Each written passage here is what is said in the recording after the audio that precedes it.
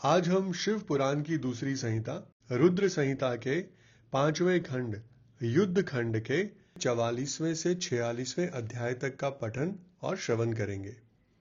44वां अध्याय, जिसका शीर्षक है भाइयों के उपालंब से अंधक का तप करना और वर पाकर त्रिलोकी को जीतकर स्वेच्छाचार में प्रवृत्त होना, उसके मंत्रियों द्वारा शिव परिवार का वर्णन, पार्वती के सौंदर्य पर मोहित होकर अंधक का वहां जाना और नंदीश्वर के साथ युद्ध, अंधक के प्रहार से नंदीश्वर की मूर्छा, पार्वती के आवाहन से देवियों का प्रकट होकर युद्ध करना, शिव का आगमन और युद्ध, शिव द्वारा शुक्राचार्य का निगला जाना, शिव की प्रेरणा से विष्णु का काली रूप धारण करके दानवों के रक्त का पान करना, शिव का अंधक को अपने त्रिशूल में पिरोना और युद्ध की समाप्ति। यहां सनत कुमार जी कहते हैं कि हे मुनिवर, एक समय हिरण्याक्ष का पुत्र अंधक अपने भाइयों के साथ विहार में संलग्न था।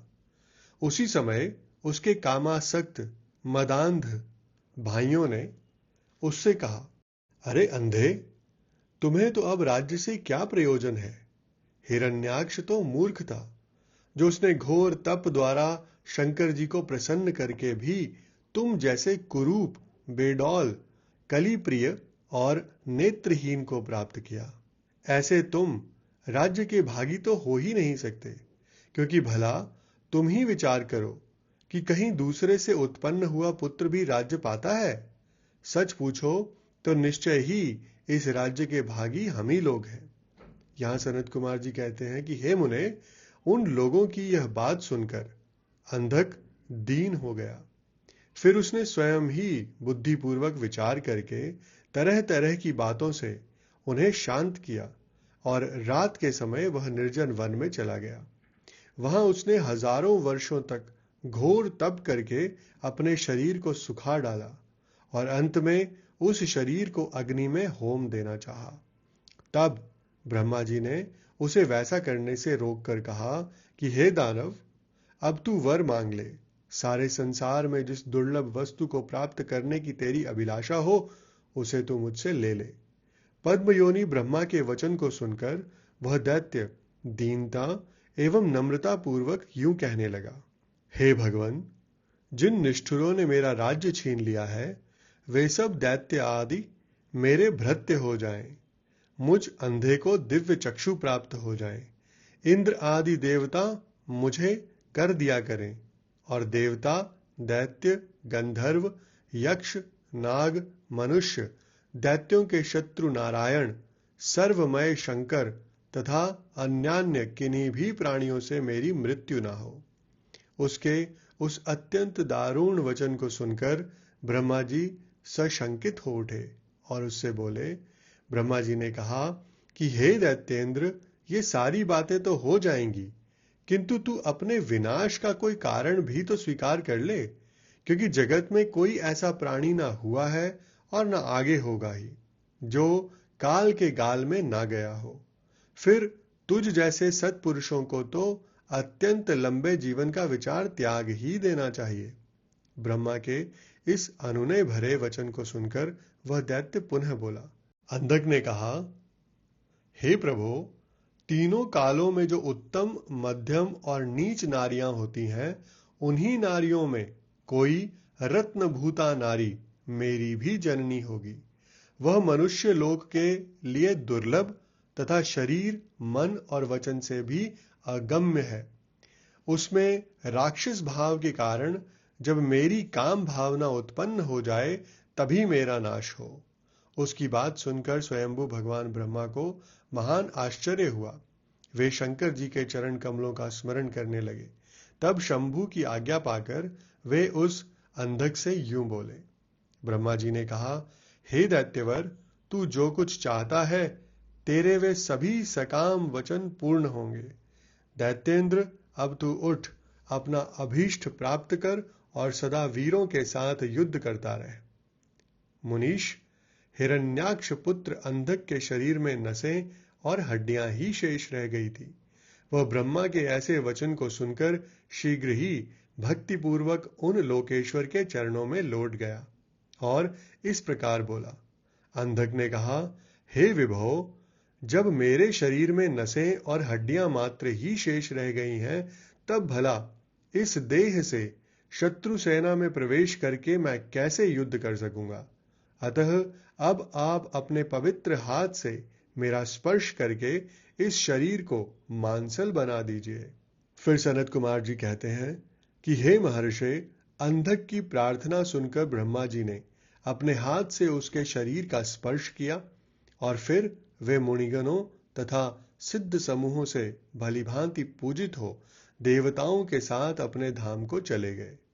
ब्रह्मा के स्पर्श करते ही उस दैत्यराज का शरीर फिर से भरा पूरा हो गया, जिससे उसमें बल का संचार हो गया तथा नेत्रों के प्राप्त हो जाने से वह सुंदर दिखने लगा।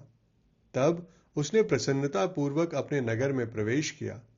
उस समय प्रहलाद आदि श्रेष्ठ दानवों ने जब उसे वरदान प्राप्त करके आया हुआ जाना, तब वे सारा राज्य उसे समर्पित करके उसके वशवर्ती भृत्य हो गए। तदनंतर अंधक सेना और भृत्य वर्ग को साथ ले स्वर्ग को जीतने के लिए गया। वहां संग्राम में समस्त देवताओं को पराजित करके उसने वज्रधारी इंद्र को अपना करद बना दिया। उसने यत्र तत्र बहुत सी लड़ाइयां लड़कर नागों, सुपर्णों, श्रेष्ठ राक्षसों, गंधर्वों, यक्षों, मनुष्यों, बड़े बड़े पर्वतों, वृक्षों और सिंह आदि समस्त चौपायों को जीत लिया। यहां तक कि उसने चराचर त्रिलोकी को अपने वश में कर लिया। तदनंतर वह रसातल में, भूतल पर तथा स्वर्ग में जितनी सुंदर रूप वाली नारियां थी, उनमें से हजारों को, जो अत्यंत दर्शनीय तथा अपने अनुकूल थी, साथ लेकर विभिन्न पर्वतों पर तथा नदियों के रमणीय तटों पर विहार करने लगा। दैत्यराज अंधक सदा दुष्टों का ही संग करता था। उसकी बुद्धि मद से अंधी हो गई थी, जिससे उस मूढ़ को इसका कुछ भी ज्ञान नहीं रह गया कि परलोक में आत्मा को सुख देने वाला भी कोई कर्म करना चाहिए। इस प्रकार वह महामनस्वी दैत्य उन्मत्त हो और अपने सारे प्रधान पुत्रों को कुतर्कवाद से पराजित करके दैत्यों सहित संपूर्ण वैदिक धर्मों का विनाश करता हुआ विचरण करने लगा। वह धन के मद से अभिभूत हो वेद, देवता, ब्राह्मण और गुरु आदि किसी को भी नहीं मानता था। प्रारब्धवश उसकी आयु समाप्त हो चुकी थी। इसी से वह स्वेच्छाचार में प्रवृत्त हो व्यर्थ में ही अपनी आयु के शेष दिन गंवाता हुआ रमण कर रहा था। उस दानव श्रेष्ठ के 3 मंत्री थे, जिनका नाम था दुर्योधन, वैधस और हस्ती। एक समय उन तीनों ने उस पर्वत के किसी रमणीय स्थान पर एक परम रूपवती नारी को देखा। उसे देखकर वे शीघ्रगामी श्रेष्ठ दैत्य हर्षमग्न हो तुरंत ही महादैत्यपति वीरवर अंधक के पास पहुंचे और बड़े प्रेम से उस देखी हुई घटना का वर्णन करने लगे। मंत्रियों ने कहा कि हे दैत्येंद्र, यहां एक गुफा के भीतर हमने एक मुनि को देखा है। ध्यानस्थ होने के कारण उसके नेत्र बंद हैं। वह बड़ा रूपवान है। उसके मस्तक पर अर्धचंद्र की कला अपनी छटा बिखेर रही है और कमर में गजेंद्र की खाल बंधी हुई है। बड़े बड़े नाग उसके सारे शरीर में लिपटे हुए हैं। खोपड़ियों की माला ही उस जटाधारी का आभूषण है। उसके हाथ में त्रिशूल है तथा एक विशाल धनुष, बाण और तुनीर भी वह धारण किए हुए है। उसका अक्ष सूत्र स्पष्ट दिख रहा है। उसके 4 भुजाएं तथा लंबी लंबी जटाएं हैं। वह खड्ग, त्रिशूल और लकुट धारण किए हुए है।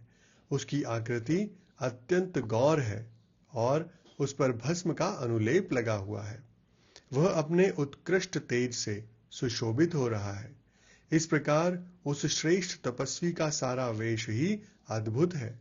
उससे थोड़ी ही दूर पर हमने एक और पुरुष को देखा है, जो विकराल वानर सा है। उसका मुख बड़ा भयंकर है। वह सभी आयुध धारण किए हुए है, परंतु उसका हाथ रूक्ष है, वह उस तपस्वी की रक्षा में तत्पर है। उसके पास ही एक बूढ़ा सफेद रंग का बैल भी बैठा हुआ है। उस बैठे हुए तपस्वी के पार्श्व भाग में हमने एक शुभ लक्षण संपन्ना नारी को भी देखा है। वह भूतल पर रत्न स्वरूपा है। उसका रूप बड़ा मनोरम है और तरुणी होने के नाते वह मन को मोहे लेती है। मूंगे, मोती, मणि, सुवर्ण, रत्न और उत्तम वस्त्रों से वह सुसज्जित है। उसके गले में सुंदर मालाएं लटक रही हैं। कहां तक कहें, वह इतनी सुंदर है कि जिसने उसे एक बार देख लिया उसी का नेत्र धारण करना सफल है। उसे फिर इस लोक में अन्य वस्तुओं के दिखने से क्या प्रयोजन। वह दिव्य नारी पुण्यात्मा मुनिवर महेश की मान्या एवं प्रियतमा भार्या है। दैत्येंद्र, आप तो उत्तमोत्तम रत्नों का उपभोग करने वाले हैं, अतः उसे यहां बुलवा कर देखिए, वह आपके भी देखने योग्य है। फिर सनत कुमार जी कहते हैं कि हे मुनिश्रेष्ठ, मंत्रियों के उन वचनों को सुनकर दैत्यराज अंधक कामातुर हो उठा। उसके सारे शरीर में कंप छा गया। फिर तो उसने तुरंत ही दुर्योधन आदि को उस मुनि के पास भेजा। मंत्रियों ने वहां जाकर मुनीश्वर को प्रणाम करके उनसे अंधकासुर का संदेश कहा तथा बदले में शिवजी का उत्तर सुनकर वे लौटकर अंधक से यूं बोले। मंत्रियों ने कहा कि हे राजन, आप तो संपूर्ण दैत्यों के स्वामी हैं, फिर भी उस महान पराक्रमी वीरवर तपस्वी मुनि ने अपनी बुद्धि से त्रिलोकी को तृण के समान समझकर हंसते हुए आपके लिए ऐसी बातें कही हैं। उस निशाचर का शौर्य और धैर्य अस्थिर है। वह दानव कृपण, सत्वहीन, क्रूर, कृतघ्न और सदा ही पाप कर्म करने वाला है।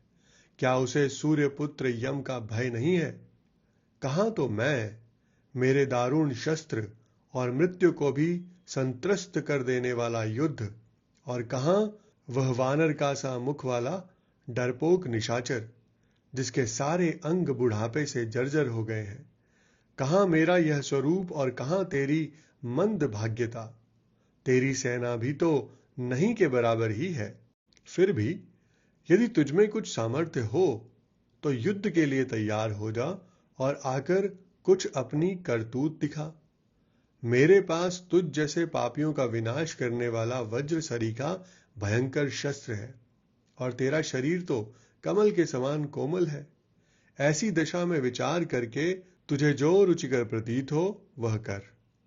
फिर सनत कुमार जी बताते हैं कि हे मुनिवर, मंत्रियों की बात सुनकर माता पार्वती पर मोहित हुआ वह कामांध राक्षस विशाल सेना लेकर चल दिया और वहां पहुंचकर नंदीश्वर से युद्ध करने लगा। बड़ा भयानक युद्ध हुआ। उस समय युद्ध स्थल में चर्बी, मज्जा, मांस और रक्त की कीच मच गई। वहां सिर कटे हुए धड़ नाच रहे थे और कच्चा मांस खाने वाले जानवर चारों ओर व्याप्त हो गए थे, जिससे वहां बड़ा भयंकर लग रहा था। थोड़ी ही देर में दैत्य भाग खड़े हुए। तब पिनाकधारी भगवान शंकर दक्ष कन्या सती को भली भांति धीरज बंधाते हुए बोले कि हे प्रिय, मैंने जो पहले अत्यंत भयंकर महान पाशुपत व्रत का अनुष्ठान किया था, उसमें रात दिन तुम्हारे प्रसंगवश जो हमारी सेना का विनाश हुआ है, यह विघ्न सा आ पड़ा है। हे देवी, मरण धर्मा प्राणियों का जो अमरों पर आक्रमण हुआ है, यह मानो पुण्य का विनाश करने वाला कोई ग्रह प्रकट हो गया है। अतः अब मैं पुनः किसी निर्जन वन में जाकर उस परम अद्भुत दिव्य व्रत की दीक्षा लूंगा और उस कठिन व्रत का अनुष्ठान करूंगा। हे सुंदरी, तुम्हारा शोक और भय दूर हो जाना चाहिए। फिर सनत कुमार जी बताते हैं कि हे मुने, इतना कहकर उग्र प्रभावशाली महात्मा शंकर धीरे से अपना सिंगा बजाकर एक अत्यंत भयंकर पावन वन में चले गए। वहां वे 1000 वर्षों के लिए पाशुपत व्रत के अनुष्ठान में तत्पर हो गए। इस व्रत का निभाना देवों और असुरों की शक्ति के बाहर है। इधर शील गुण से संपन्न पतिव्रता देवी पार्वती मंदराचल पर ही रहकर शिवजी के आगमन की प्रतीक्षा करती रहती थी। यद्यपि पुत्र स्थानीय वीरक गण उनकी सुरक्षा में तत्पर थे, तथापि उस गुहा के भीतर अकेली रहने के कारण वे सदा भयभीत रहती थी, जिससे उन्हें बड़ा दुख होता था। इसी बीच वरदान के प्रभाव से उन्मत्त हुआ वह दैत्य अंधक, जिसका धैर्य कामदेव के बाणों से छिन्न भिन्न हो गया था, अपने मुख्य योद्धाओं को साथ ले पुनः उस गुफा पर चढ़ाया। वहां सैनिकों सहित उसने वीरक गण के साथ अत्यंत अद्भुत युद्ध किया। उस समय सभी वीरों ने अन्न, जल और नींद का परित्याग कर दिया था। इस प्रकार वह युद्ध लगातार 505 दिन रात तक चलता रहा। अंत में दैत्यों की भुजाओं से छूटे हुए आयुधों के प्रहार से नंदीश्वर का शरीर घायल हो गया, जिससे वे गुहा द्वार पर ही गिर पड़े और मूर्छित हो गए। उनके गिरने से गुहा का सारा दरवाजा ही ढक गया, जिससे उसका खोला जाना असंभव था। फिर दैत्यों ने 2 ही घड़ी में सारे वीरक गण को अपने अस्त्र समूहों से आच्छादित कर दिया। तब पार्वती ने भगवान विष्णु और ब्रह्मा जी का स्मरण किया। स्मरण करते ही ब्राह्मी, नारायणी, ऐन्द्री, वैश्वानरी, याम्या, नैऋति, वारुणी, वायवी, कौबेरी, यक्षेश्वरी, गारुड़ी आदि देवियों के रूप में समस्त देवता, यक्ष, सिद्ध, गोमक आदि शस्त्रास्त्रों से सुसज्जित होकर अपने अपने वाहनों पर सवार हो पार्वती के पास आ पहुंचे और राक्षसों के साथ भिड़ गए। कुछ समय बाद भगवान शिव भी आ गए। फिर तो घोर युद्ध हुआ। तदनंतर शुक्राचार्य को संजीवनी विद्या के द्वारा दैत्यों को जीवित करते देखकर भूतनाथ शिवजी उनको निगल गए। इससे दैत्य ढीले पड़ गए। हे व्यास जी, अंधक महान पराक्रमी, वीर और त्रिपुर हंता शिव के समान बुद्धिमान था। सैकड़ों वरदान मिलने के कारण वह उन्माद के वशीभूत हो रहा था। यद्यपि बहुसंख्यक शस्त्रास्त्रों की चोट से उसका शरीर जर्जर हो गया था, फिर भी शिवजी पर विजय पाने के लिए उसने दूसरी माया रची। जब प्रलयकालीन अग्नि के समान शरीर धारण करने वाले भूतनाथ त्रिपुरारी शंकर ने अपने त्रिशूल से उसे बुरी तरह छेद डाला, तब भूतल पर गिरे हुए उसके रक्त कणों से यूथ के यूथ अंधक प्रकट हो गए। उनसे सारी रणभूमि व्याप्त हो गई। वे विकृत मुख वाले भयंकर राक्षस अंधक के सदृश ही पराक्रमी थे।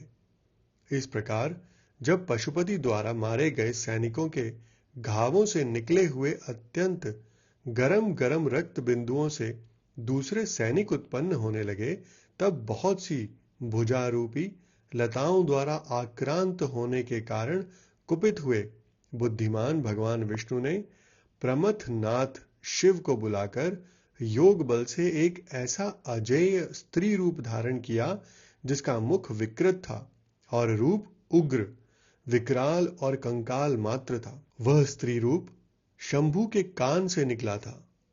जब उन देवी ने रणभूमि में उपस्थित हो अपने युगल चरणों से पृथ्वी को अलंकृत किया, तब सभी देवता उनकी स्तुति करने लगे। तत्पश्चात भगवान ने उनकी बुद्धि को प्रेरित किया। फिर तो वे क्षुधार्त होकर रण के मुहाने पर उन सैनिकों के तथा दैत्यराज के शरीर से निकले हुए अत्यंत गरम गरम रुधिर का पान करने लगी, जिससे राक्षसों का उत्पन्न होना बंद हो गया। तदनंतर एकमात्र अंधक ही बचा रहा।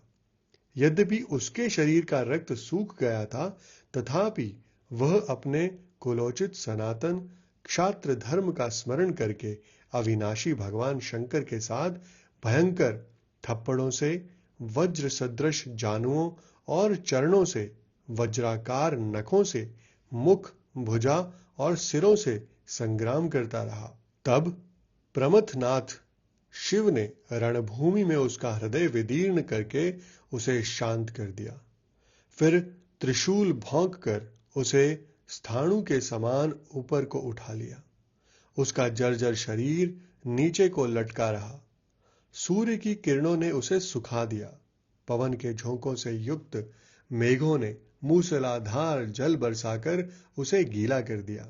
हिमखंड के समान शीतल चंद्रमा की किरणों ने उसे विशीर्ण कर दिया। फिर भी उस दैत्यराज ने अपने प्राणों का परित्याग नहीं किया। उसने विशेष रूप से शिवजी का स्तवन किया। तब करुणा के अगाध सागर शंभु प्रसन्न हो गए और उन्होंने उसे प्रेम पूर्वक गणाध्यक्ष का पद प्रदान कर दिया। तत्पश्चात युद्ध के समाप्त हो जाने पर लोकपालों ने नाना प्रकार के सार गर्भित स्तोत्रों द्वारा विधि पूर्वक शिवजी की अर्चना की और हर्षित हुए ब्रह्मा, विष्णु आदि देवों ने गर्दन झुकाकर उत्तम उत्तम स्तुतियों द्वारा उनका स्तवन किया। फिर जय जयकार करते हुए वे आनंद मनाने लगे। तदनंतर शिवजी उन सब को साथ लेकर आनंद पूर्वक गिरिराज की गुफा को लौट आए। वहां उन्होंने अपने ही अंशभूत पूजनीय देवताओं को नाना प्रकार की भेंट समर्पित करके उन्हें विदा किया और स्वयं प्रमुदित हुई गिरिराज कुमारी के साथ उत्तमोत्तम लीलाएं करने लगे। इसके साथ ही आज का हमारा यह एपिसोड यहीं संपन्न होता है। मैं फिर आपके समक्ष उपस्थित होऊंगा हमारे अगले एपिसोड के साथ। आप सभी का मुझे इतने धैर्य एवं ध्यान से सुनने के लिए बहुत बहुत धन्यवाद।